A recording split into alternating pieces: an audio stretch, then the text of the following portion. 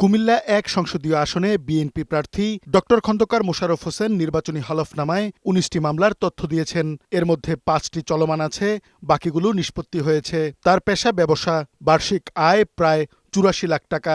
নিজ নামে সম্পদ আছে ২০ কোটি টাকার বেশি, আর তার স্ত্রীর নামে আছে ১৫ কোটি টাকার সম্পদ। ঢাকা ৮ আসনের বিএনপি প্রার্থী মির্জা আব্বাস উদ্দিন আহমেদ হলফনামায় ৩২টি মামলার তথ্য দিয়েছেন। এর মধ্যে ১০টি নিষ্পত্তি হয়েছে, ৭টি স্থগিত ও ১৫টি বিচারাধীন। ব্যবসায়ী মির্জা আব্বাসের বার্ষিক আয় ৯ কোটি ২৬ লাখ টাকা। তার স্ত্রীর বার্ষিক আয় ৪৪ লাখ টাকার বেশি। নিজ সম্পদের মূল্য দেখিয়েছেন ৭৪ কোটি টাকার বেশি। তার স্ত্রীর নামে সম্পদ আছে ৩৬ কোটি ৯০ লাখ টাকার।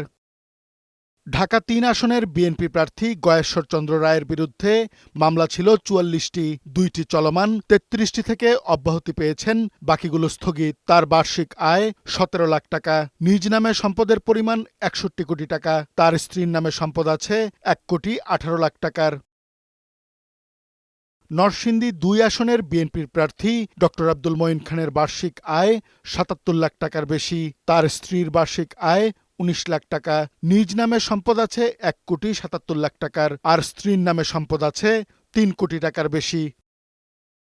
চট্টগ্রাম ১১ আসনের বিএনপির প্রার্থী আমির খসরু মাহমুদ চৌধুরী নির্বাচনী হলফনামায় ৩৫টি মামলার তথ্য দিয়েছেন।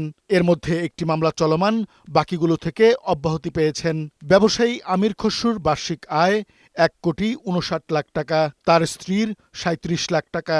নিজ সম্পদের বর্তমান মূল্য দেখিয়েছেন ১৪ কোটি ৮০ লাখ টাকা। তার স্ত্রীর সম্পদ আছে ৬ কোটি ৯২ লাখ টাকার।